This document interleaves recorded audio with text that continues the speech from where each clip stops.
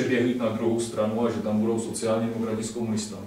Ale na druhou stranu, na tohle my se už moc ohlížet nemůžeme. Víte, může nastat situace, když jste to nakous, kdy budeme tlačeni třeba k tomu, že budou dvě varianty. Lidovci ve vládě, anebo komunisti ve vládě.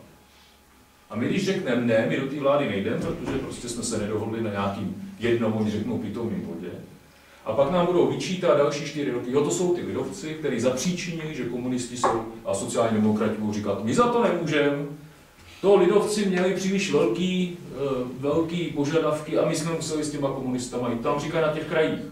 Oni měli lidovci moc velký požadavky, my jsme museli jít s komunistama. Přitom zaprvé ty komunisti jsou lacinější, to je pravda, jim stačí 1-2 radní. Ale jsou i blíž než jako lidovci. Ale sociální demokratům. No, oni říkají, že to je na základě jejich programové shody. Ale chci tím říct, že já myslím, že my se musíme emancipovat v tom smyslu, že budeme ochotní jít i do tohohle rizika a říct ano, i za cenu, že tady budou komunisti, tak my přece chceme realizovat svůj program. A tam nejsme schopni ho realizovat, tak to nebude. To potřebujete 10%. No to by bylo dobrý. Já jsem byl teďka s člověkem, protože jak jsem říkal, jak jsme šetřili, jak máme málo lidí, ono se to samozřejmě taky někde ukazuje. Jo? Ono za málo peněz se nedá dělat hodně politické muziky.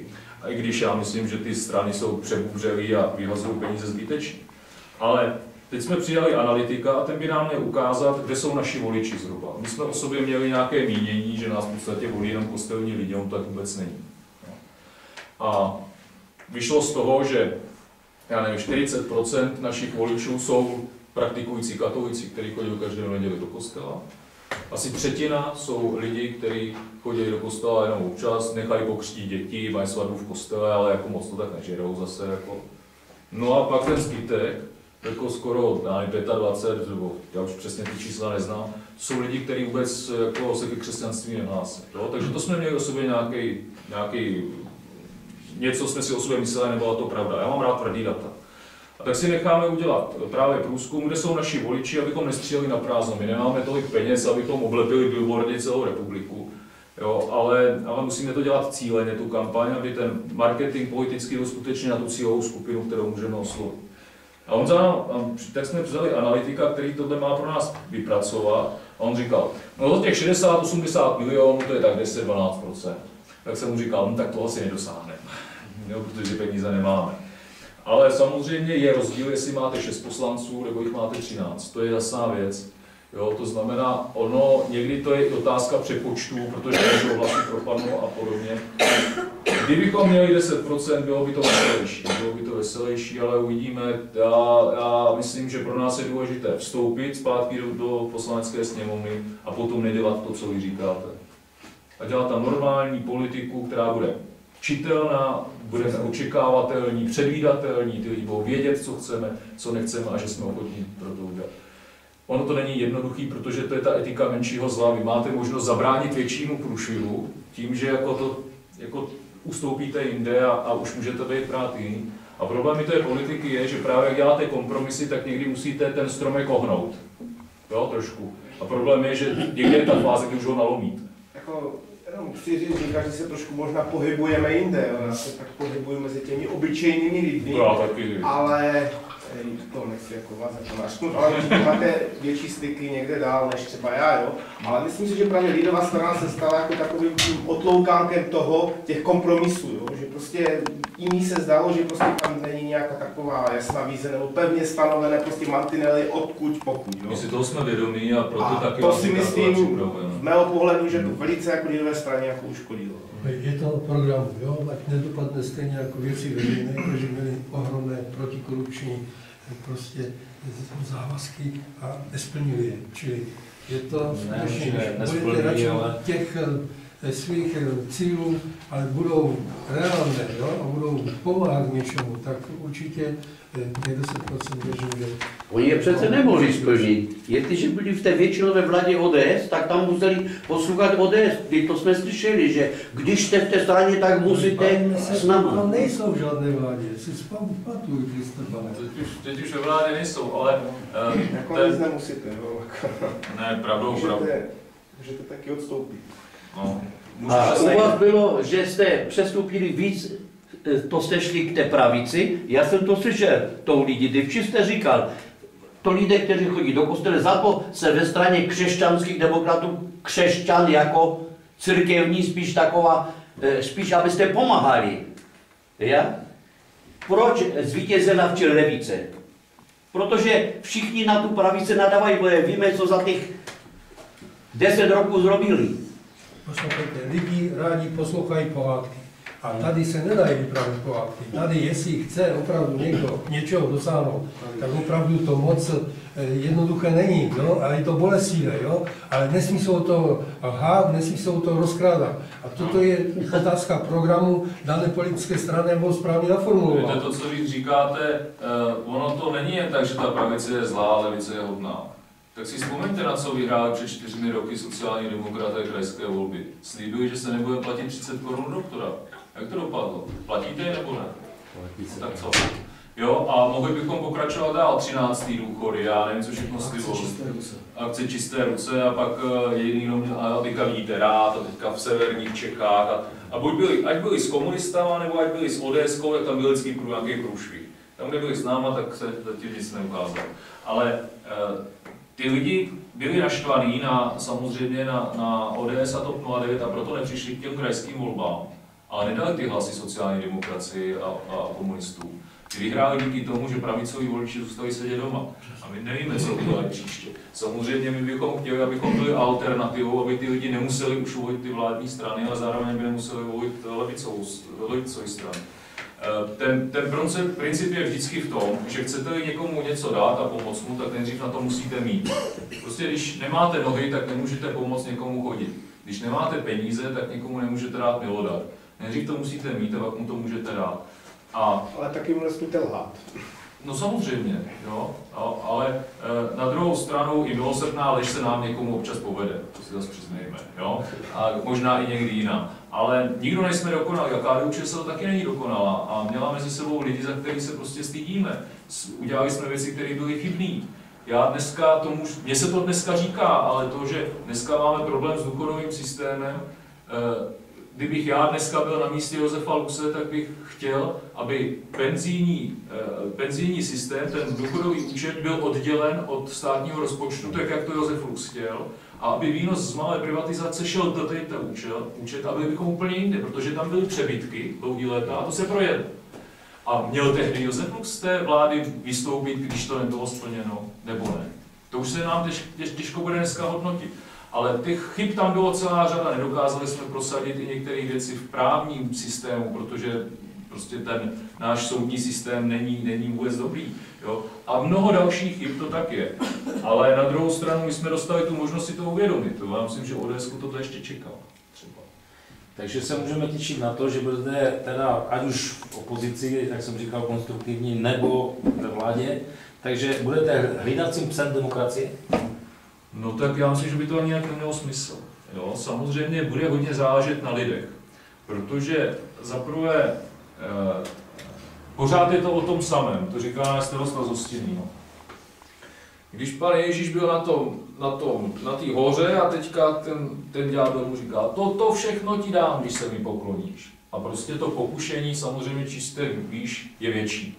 A nelze zastírat, že tam ten tlak a pokušení je. Já nejsem ani poslanec, ani ministr, ale dovedu si to představit, že tam nahoře tohle musí být. To jsou úplně jiné částky řádu. To je první věc. Takže ten, kdo tomu odolá, tak je fakt borec, a kdo neodolá, tak je někdy těžký ho soudit, že když tam ten člověk nebyl. Jo, druhá věc je, že samozřejmě záleží, že ty lidi se v těch funkcích mění. Prostě dostáváte se, ať chcete nebo ne, do určitý bubliny, kdy už mě říkal nějaký poslanec, že po 10 letech šel nakupovat do supermarketu a že byl úplně zmatený, protože nikdy nebyl, jo, protože to nestíhal, tak za něj nakupoval manželka nebo nikdo, on tam vůbec nebyl 10 let, takže tam se změnilo spousta věcí, už se nechodilo s košíčkem, ale dávali se žetony a tak. To znamená, žijou v určitý bublině a můžete se změnit, fakt, jo. To fakt musí být silný charakterní osobnosti. A jestli to bude nebo ne, to si každý musí projít, dopředu to nikdo nemůže říct. No a ta třetí věc je, že pokud my bychom ještě znova nějak zásadním způsobem zklamali, tak prostě tím zaprvé zase nakydáme nejenom na naše členy, ale v podstatě nepřímo, ať chcete nebo ne, tak jsme pořád spojovaní s křesťanstvím, tak zase to nakydáme i na ně. Zase na druhou stranu, když byly pedofilní skandály v církvi, tak nám klesaly preference. Jo? To prostě spolu souvisí a můžeme dělat s tím, co chceme, ale je to tak, máme nějakou historii, vznikli jsme v podstatě jako katolická strana, když dneska už to je trošku jinak, ale prostě to tam furt je. Takže slíbit vám to samozřejmě můžu, ale radši nechci, protože pak, kdybych to nesplnil, bych se styděl. Ne, ale ta snaha tady určitě je, protože je vždycky otázkou, když vám někdo něco slíbí a říká, že to tak bude, a já myslím, že to je trošku složitější. Jo. Ten život prostě není černobílý. A taky nikdy nemůžete zaručit, že se vám tam najednou nezjeví někdo, kdo se zblázní. Podívejte se v těch stranách, jak pak odchází. A teď si vezměte, kolik těch politiků rád byl nejdřív v ODS, pak v sociální demokracii. Jandák byl v KDU-ČSL, v ODS a teď je v sociální demokracii. A takový Schwarzenberg je už asi ve druhé, ve třetí, ve čtvrtí, jo, teďka, no a tak dále. Takže z tohohle hlediska se vám může cokoliv takového zjevit a ty lidi až v těch krizových situacích se projeví. A já jsem byl nejvíc zklamaný z našeho poslance Hanuše, že já jsem z Královéhradeckého kraje. A když bylo před volbou Václava Klause, druhou, tak na okresním výboru i na krajském výboru jsme ho vyzvali, ať nevolí Václava Klause. Neříkali jsme ho, ať volí Šojnára. To taky nebyl náš kandidát, ale dobrý. Takže ať nevolí Klause. On řekl, já jsem Klause nikdy nevolil a volit nebudu. To nám řekl na okrese i na kraji. A pak se na to koukáme a on zvedl ruku pro Klause. A jako my jsme mu říkali, no to nemyslíš vážně? On říkal, to bylo tak hrozný tam a ten tlak a teďka co se tam dělo, tak prostě já jsem to chtěl už, ať to skončí, jak jsem zvedl ruku. My jsme mu říkali, tak jednou za 8 let tvýho poslancování po tobě někdo chtěl, abys vydržel nějaký tlak. A ty, abys to měl za sebou, tak zvednout z ruku pro někoho, on říkal, že to nikdy neuděláš. Jako, a ten měl jediný štěstí, že šel do penze, protože jinak ta členská základna už ho nikdy nikam neposlala. Možná tam, ale jako myslím jako do nějaký funkce. Jo, takže tohle jsou věci, které se projeví až pod tím tlakem té dané okolnosti. Jo. Prosím vás, já bych to potřeboval trošku odlehčit. Jako já vím, že už někteří tady, než jste, pane předsedo, přišel, tak jsme se už pustili do takové žhavé debaty. A já bych chtěl teď především na to reagovat. Bylo tady řečeno, že takový s odpuštěním bordel, jak je tady dneska, že tady nikdy prostě historicky nebyl. To snad není ani pravda. Taká zlodějina. Taká zlodějina. Takže já vám řeknu, já jsem se nedávno zase prostě listoval jednou knihou, ta kniha je všem dobře známá, protože to byla povinná četba ve škole a jmenovala se Výlet pana Broučka, tentokrát je do 15. století. Napsal to Svatopluk Čech.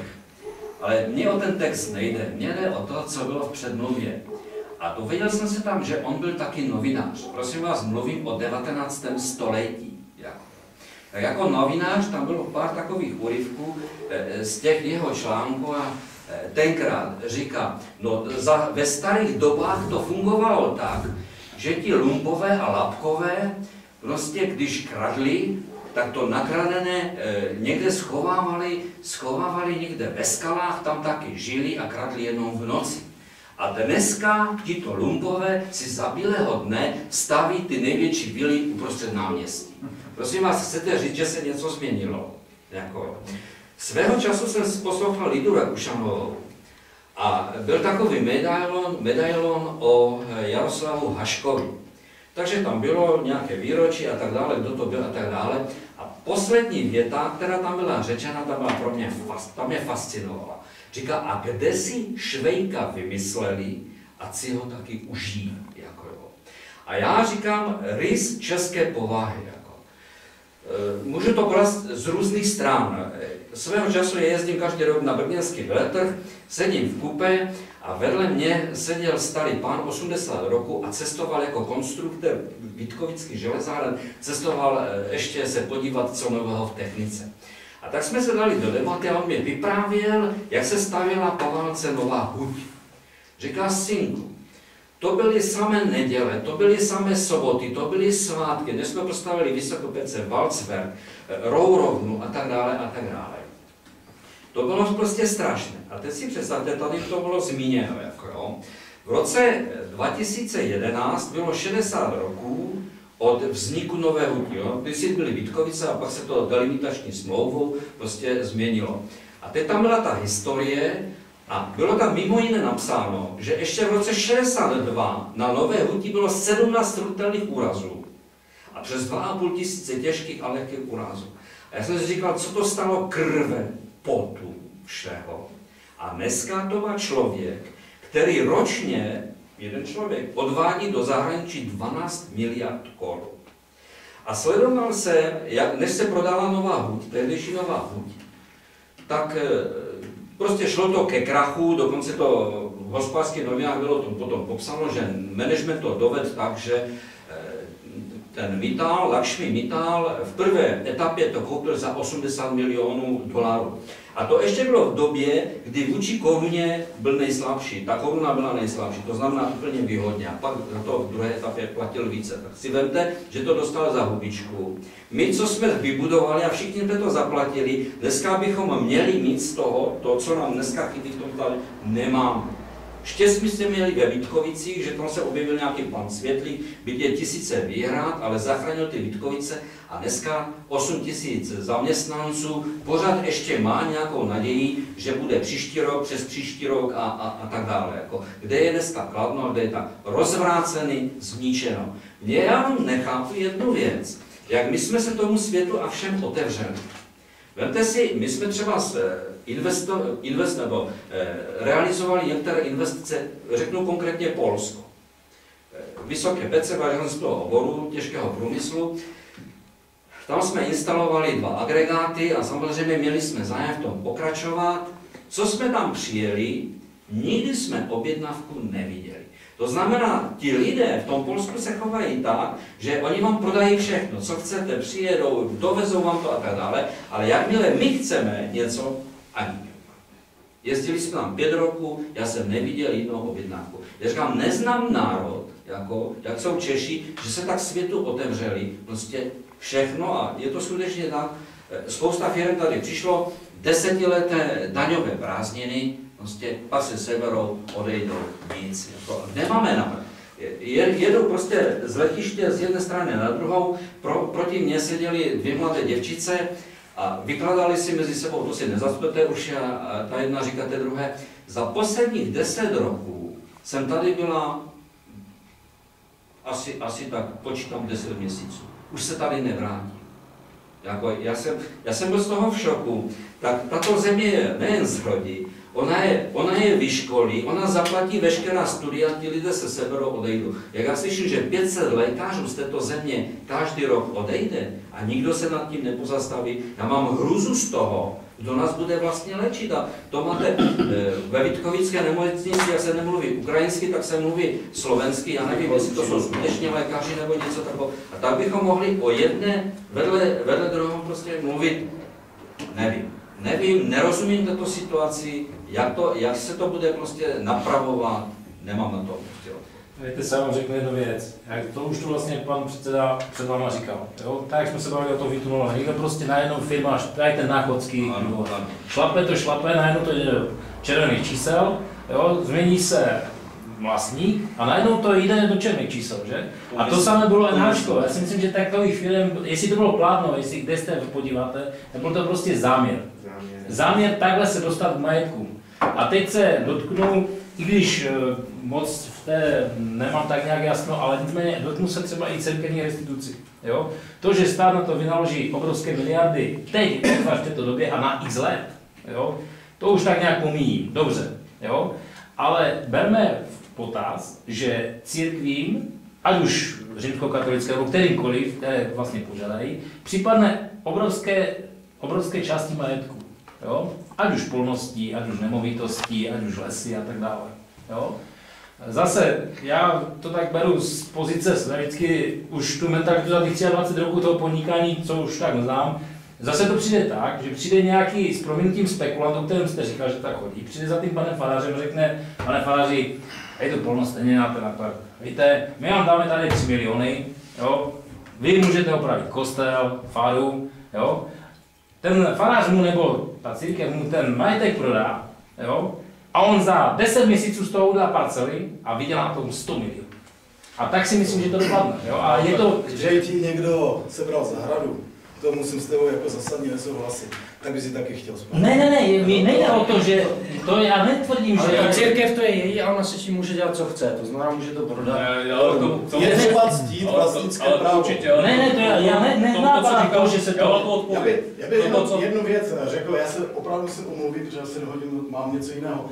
Jak je možné, že právě za vlád, kde byli lidovci, se nepodařilo právě tyhle církevní restituce vyřešit, jakže k tomu došlo až v době, kdy lidovci nebyli ve vládě? Protože jsme na to byli vždycky sami.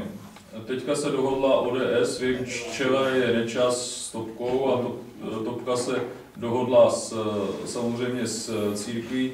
Není žádným tajemstvím, že ani v katolickém týdeníku v podstatě o nás není zmínka, když tak nepříliš pozitivní. Zatímco o Topce tam jsou pozitivní. Jo? To není nic jako tajného, nějaká podpora ze strany biskupů pro nás není. Přitom třeba Prokop Šostřonek natáčel, jaký je Mirek Kalousek skvělý a do katolického týdeníku řekl, že jsme levicová strana, že nás nikdy volit nemůže. Pak se, když jsem s ním mluvil, se ukázalo, že měl spor s Cyrilem Svobodou. Jo? To prostě takhle je. Takže bylo to tím, že nastala vůle a ta vůle souvisela s tím, že ODS stopnula, že především u té Topky se dalo očekávat, že Kalousek se dohodl s církví a můžeme teďka spekulovat, jestli zase jsou domluveni nějak dál, to já nevím, to jsou spekulace, ale nastala změna v ODS, že ODS byla vždycky proti a Klaus byl proti, ten to nepodepsal ani ten zákon. Jo, takže už tam nebyl Klaus, Topolánek už s tím tak trochu počítal, to se nestihlo za ty vlády Topolánkovi a pak došlo k tomuhle. To, co říkáte vy, samozřejmě z toho obavu máme všichni a má z toho obavu i církev, takže já, co jsem mluvil, tak takhle to nedopadne. Prostě ty faráři nebudou moc nakládat s tím majetkem. Udělá se to tak, že bude nějaká, jak jsem pochopil, počítají, že udělají nějakou jednu nadaci nebo něco, kam vloží ten majetek a ten budou spravovat centrálně. Po případě to bude na úrovni biskupství, jenže tam to stejně je složitý, protože některé biskupství nemají skoro nic, protože některé vznikly nově, jo, a nemají nic. A třeba tady asi moc toho nebude, protože to buď bude patřit řádu, nebo to bude patřit Kolomouci, jo, takže tady skoro nic nebude. Jo, v Plzni taky ne, to je nová diecéze, tam taky nic nebude. U nás to je nějakých 50 000 hektarů, tak to taky je skoro prd, jo. Ale bude to skutečně tak, že všechno bude muset spolu podepisovat biskup, takže v podstatě ten farář vlastně neudělá. To, že po Praze chodí lidi a už si brousej nože na to, jak si zaříznout církevního nebo tunelovat církevní, to je pravda. Ale ta snaha je skutečně to nějakým způsobem omezit, protože samozřejmě ty spekulanti se budou snažit odlehčit církvi o to, co nepotřebuje a pak to dobře finančně realizovat. To jsme si všichni vědomi. Jo, a jinak ta finanční náhrada samozřejmě těch peněz jako ročně za slovík není, ono se mluví za 30 let a ještě včetně úroku, takže ona ta částka ročně, já nevím, jak to vychází, to jsou řádově miliardy, 1-2 miliardy. 2 miliardy teď vyhodili na ministerstvu práce v oknem, jo. Ale přitom jde o to, že je to kompenzace za to, že všechen ten majetek se nedá vydat. Jo, takže tam, kde stát počítá s tím, že bude dálnice, nebo už tam je něco postaveného, tak to nebudou těm lidem brát a za to je ta kompenzace. A navíc už se nebude církvím vyplácet ani koruna na jejich činnost, jo, takže to je už i finanční odluka církve od státu. Takže rozumím vám a určitě tam jsou velký tlaky na to a oni to dobře vědí. Já jsem mluvil i s monsignorem Hlubem, že sekretář biskupské konference, který to má na starosti a říkal samozřejmě, že ty tlaky na ně jsou. Dokonce, aby oni to celý pronajali někomu a on by platil fixní částku nějakou, takový outsourcing nebo něco takového. Tak oni k tomu zatím buď příliš nemají. Ale pochopitelně to není jednoduché. Já jsem se právě bavil se Šostřonkem a říkám, co pak vy řády, vy si s tím poradíte. Vy máte zkušenost s bratrama z Německa, tak on říkal, no tak v Německu s tím mají také zkušenost. Jako aby a když si vezmete na Slovensku, tak na Slovensku ten majetek vrátili daleko dřív, už někdy v půlce 90. let a moc si mu z toho nezbylo, protože právě to prohospodařit. A já myslím, že církev bude mít velký problém, kam investovat peníze. Že oni začnou dostávat poměrně dost peněz a tím účelem není to, aby ty peníze projedly. Jo, protože budou něco mít na provoz, ale dostanou víc peněz a oni někam mají investovat. A řekněme někam, teďka ty lidi mají investovat peníze. Když to vidíte, ty fondy, jak dopadly, bublina, jako ty akcie, udělají tohle, Takže tam to taky bude složitý a myslím si, že tam bude zajímavý v té první fázi, že bude muset docházet ke směnám pozemků, aby scelili logicky třeba ty lesy a podobně. Polnosti podle mě pronajmou zemědělcům, to asi se dá očekávat, že tam hospodařit nebudou. A u těch lesů tam už se to vyplatí, obzvlášť když jsou to velký celky. Když někde bude pár árů nebo půl hektaru, no tak to prodají nějakým způsobem, to nemá smysl se tím zabývat. Ale budou určitě nějaký výměny a to bude taky administrativně a finančně něco stát, no a pak se uvidí. Takže je nějaká otázka ještě? Já bych měl ještě 2 myšlenky, ale zkusím už krátce, protože čas nám běží. Jedna myšlenka, chtěl bych porovnat bioplynové stanice a druhá věc by byla pár slov si říct o potravinách. Co se týče bioplynové stanice, možná, že vy to víte, ale aby i lidé byli v obraze, tak bych ty bioplynové stanice rozdělil na 2 skupiny. Jedna skupina je taková bioplynová stanice, která využívá odpadu k tomu, aby něco vyráběla. A druhá bioplynová stanice je ta, která funguje tady v této oblasti. A je to, že se pěstuje na půdě kukuřice jako monokultura k tomu, aby se získávala organická hmota pro tu bioplynovou stanici. Ta organická hmota se převáží tady cirka 30 km. Řekněte mi, co to má za logiku zasít, postříkat, pohnojit, sklidit, převést 30 km, abyste získal něco. Takže já tyhle bioplynové stanice vůbec neuznávám. A tady v této oblasti je hloubka ornice zhruba kolem 20 cm. Když si to dovolí na Olomoucku, tak tam problém není, tam je ornice 3 metry. Ale tady dochází dlouhodobě k degradaci orné půdy, protože ta organická hmota se jenom odváží a zpátky ten gestat už se sem nevozí, protože je to drahé. Takže to byl jedna věc k bioplynové stanici. A ten druhý k potravinám. Víte, než jsme vstupovali do Evropské unie, já jsem tedy zemědělec, tak jsem chodil na různé semináře a školení a moc dobře si vzpomínám na to, jak nám tam slibovali, že se budou podporovat regionální potraviny. Že ten výrobce zemědělec bude moct dodávat do obchodu tak, aby se ty potraviny, to maso, mléko, ať se to nepřeváží. Všichni víme, jaká je dneska situace. Převáží se to jako kočata, není v tom žádný systém, to znamená, uvedu příklad, třeba Market Globus má jedny svoje jatka, tak vy to asi víte, takže z celé republiky se to sváží na jedno místo a pak potom to zase jede zpátky. Proč já nemůžu jako sedlák dodávat zboží tady do místního obchodu?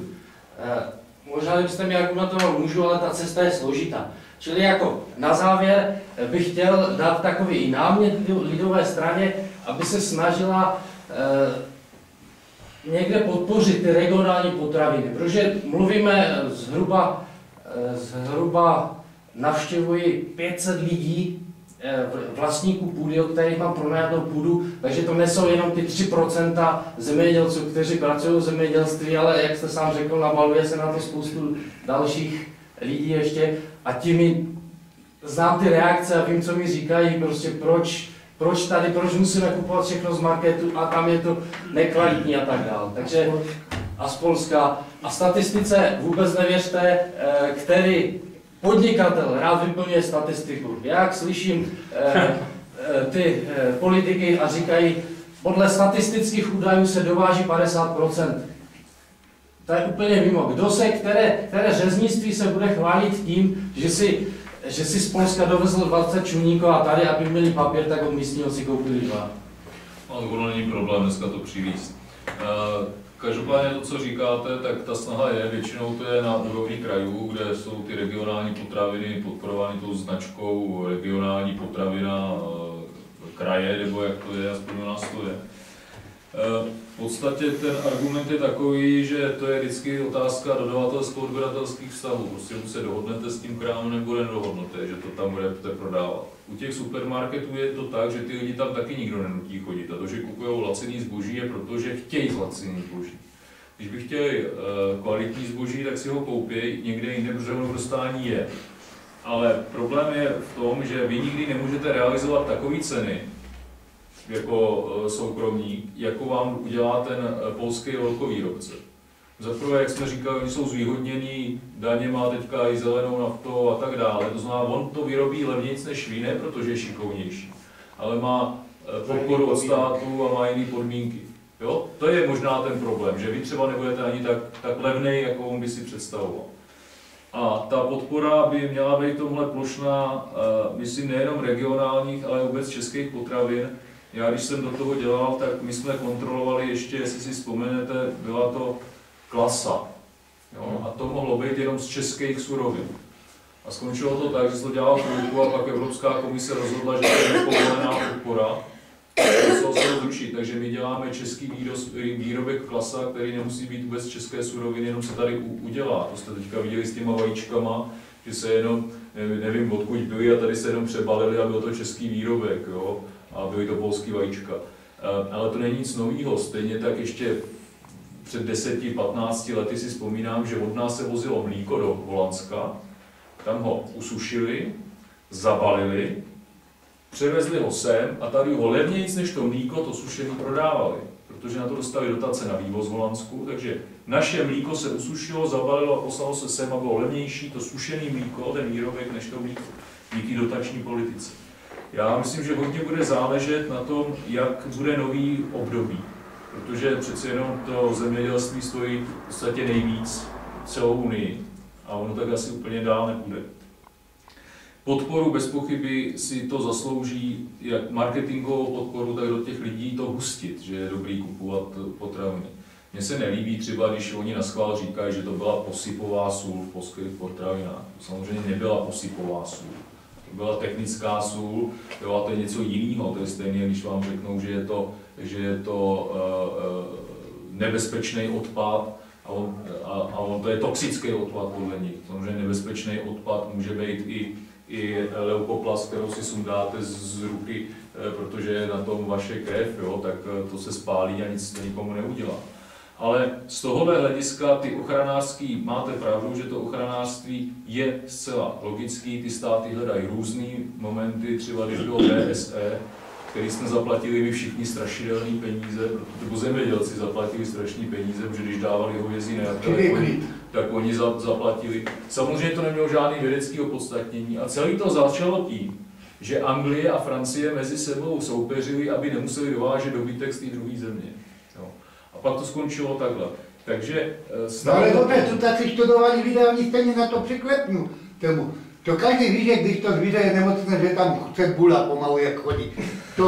To mi lezlo na nervy, já jsem tomu teď nevěděl říkat, že to tak já jsem veterinář a já vám řeknu, že se vyhodila spousta peněz jen kvůli tomu, aby se uklidnili lidi, že měli strach z něčeho, co neexistovalo. To vědecky nikdy nebylo potvrzené. Jo, ale to byla politická věc, protože média rozvířili hysterii, lidi se báli z hovězí, tak aby je uklidnili, tak začali dělat tohle. Jako, takže často tak bývá. Ale k tomu vašemu konkrétnímu, nevím, jak to je tady, ale ve většině těch krajů podporují tu značku z kraje. Jo, to znamená, dostanete, když splníte nějaký kritéria, tak dostanete, že jste regionální potravina.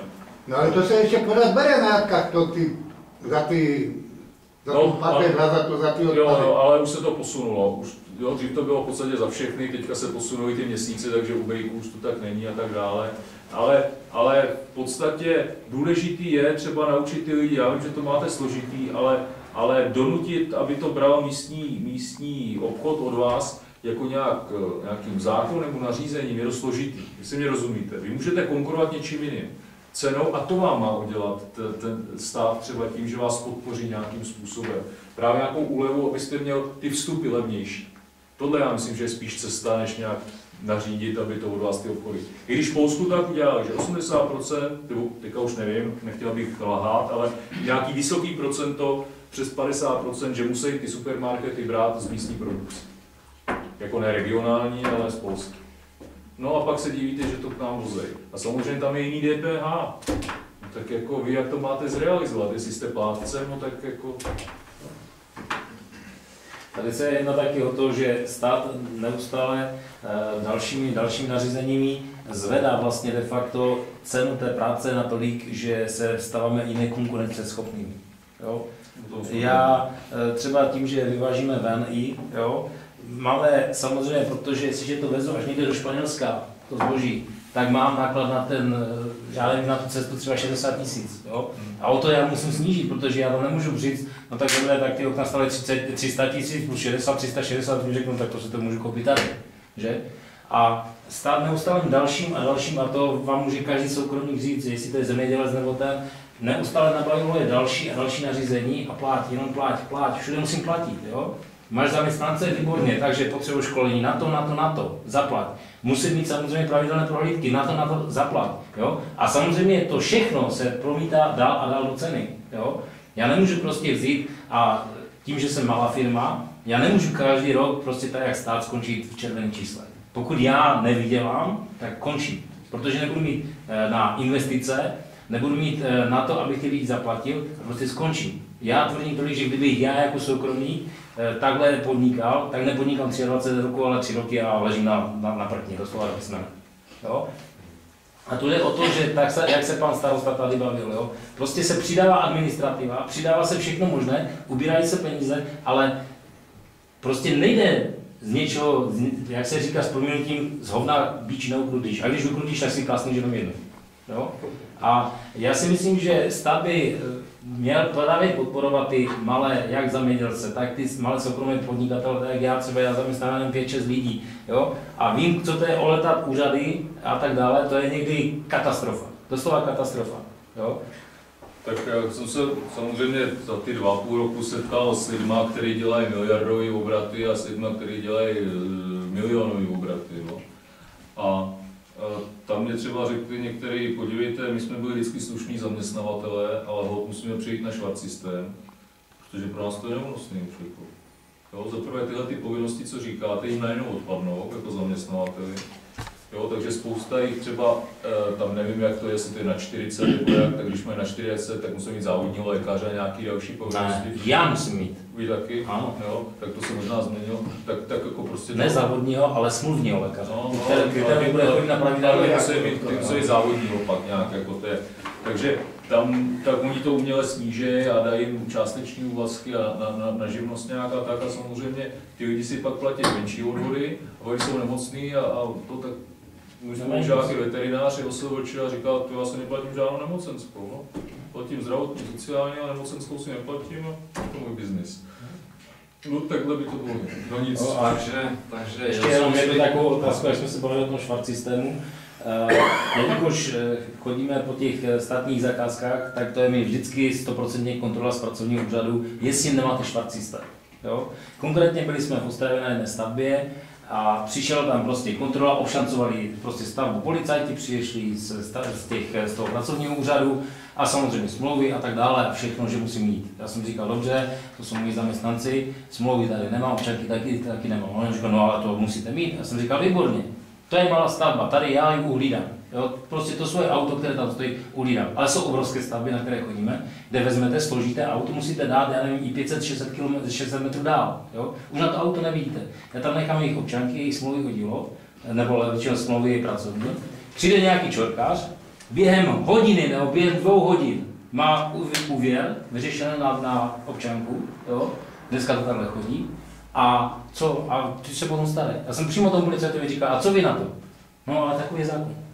Nikdo neřeší to, že prostě jenom přidávají nějaký další papír a další povinnosti, ale prostě toto je věc, která strašně zatěžuje všechno, a že to jsou to obce, města, podnikatele a tak dále. A víte, to já jsem si sliboval od téhle vlády, že nás udělá černou práci. Že právě tu administrativu trochu oseká, stát, úředníky, že oseká, že nějaký propustí a tak. A ono se ukázalo, že to tak prostě není. Takže to je věc, která trápí nejenom podnikatele, ty trápí všechny. Já jsem dělal taky volební kampaň, neměl jsem sebou krajského tajemníka, přesně kontrola, kde máte smlouvu. Tak on nemá pevný pracoviště, že jo? To lítá po celém kraji, jako furt musí mít u sebe smlouvu, prostě to jsou věci, které člověk nepochopí. Ale nic, tak debata byla plodná.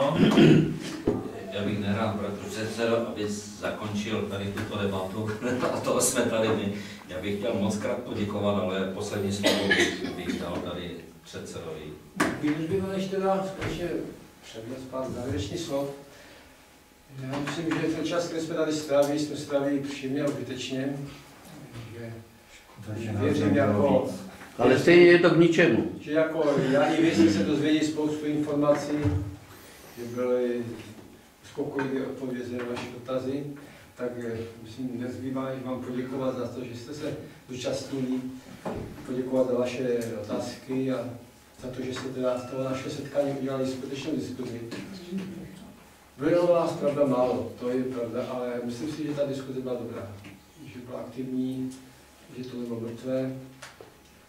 A tak poděkovat vám za účast a poděkovat našemu hostu, panu Pavlovi Roblatkovi. No a můžeme se těšit snad někdy příště, že se sejdeme znovu. Děkuji a přeji.